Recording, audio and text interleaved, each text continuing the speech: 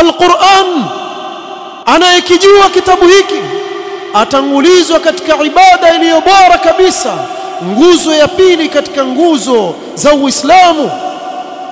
عن عقبة بن عمرو رضي الله عنه قال رسول الله صلى الله عليه وسلم: يؤم القوم أقرأهم لكتاب الله. رواه الإمام مسلم. Mtume sallallahu alaihi wasallam atupa utaratibu katika ibada adhimu ya sala na kutuambia awe imamu wa watu katika ibada adhimu ya sala yule anayefahamu zaidi kukisoma kitabu cha Allah subhanahu wa ta'ala. Ibadallah, haitoshi katika hii dunia, bali katika kaburi.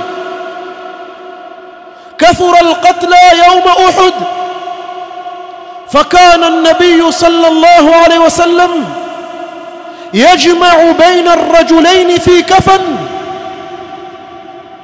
Mtume sallallahu alayhi wasallam walipouawa masahaba wengi katika vita vya Uhud, alikuwa akiletewa sanda moja akiikata na kuigawanya baina ya watu wawili kwa uchache wa sanda na wingi wa waliouawa.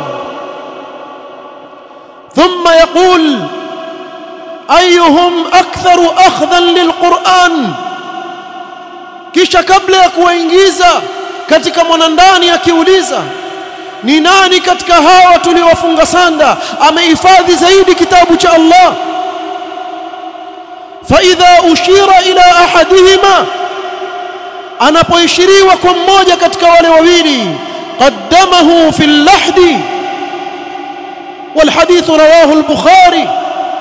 alikuwa akimtanguliza katika mwanandani akimweka mbele kwa sababu ya kuhifadhi zaidi kitabu cha Allah.